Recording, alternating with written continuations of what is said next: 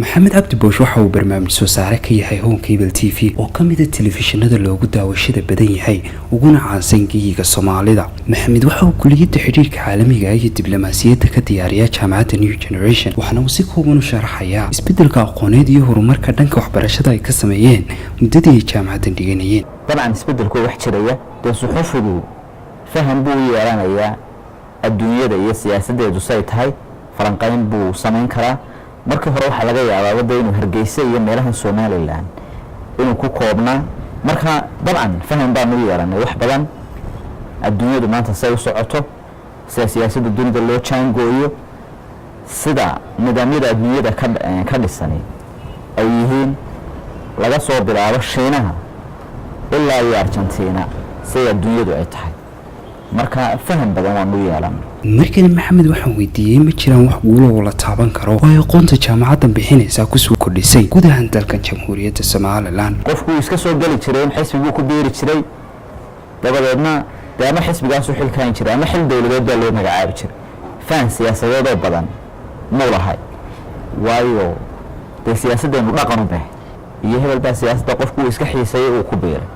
laakiin imika waxay noqotay wax la barto oo la faaqido oo analysis laga bixiyo oo qofku wuxuu sheegayaa dee inay haato wax waaqici ah. imika qofna waxaan waaqicayn sheegmayo qof wax barta. si kastaba ha ahaatee khilaafka saxafiga iyo siyaasigu waxa uu ahaa mid in badan soo noqnoqonayay. waa kan maxamed oo mar kale si kooban u sharaxaya aragti ahaan halka ay siyaasiga iyo saxafigu kala taagnaayeen iyo sida ay aqoonta jaamacaddan laga dhaxlay wax uga beddeshay. horta farxaanow, siyaasadda iyo saxaafadda wax kala madhan maaha. inta badan saxaafaddu waxay falanqaysaa dee siyaasadda, markaas siyaasaddii dee noloshii caadiga ahaa ee dadkay ka mid noqotay, annana taasaa nagu khasbaysa inaanu falanqayno oynu hufno oynu haadino. waxa dhici jirtay dee qof siyaasi oo siyaasiyiintu isku mid maaha. qof waxaa jiray muddo dheer wax baranaya, siiba siyaasadda baranaya.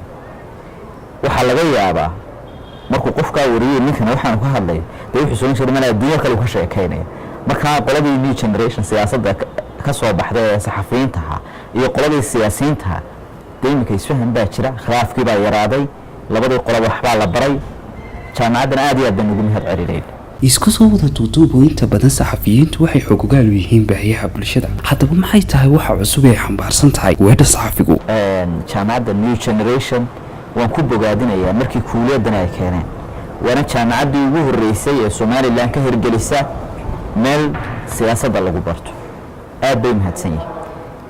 siyaasiyiintaa u baahan, suxufiyiintaa u baahan, markaa cid waliba waxaan kula talin lahaa in courseskaasi jaamacadda New Generation ay bixinayso muddada 3 sano soconaya iyo kuwa gaagaaban ay bixiyaanba ilaa heer master baa imika ayaa jira in laga faa'iidaystaan soo jeedin lahaa.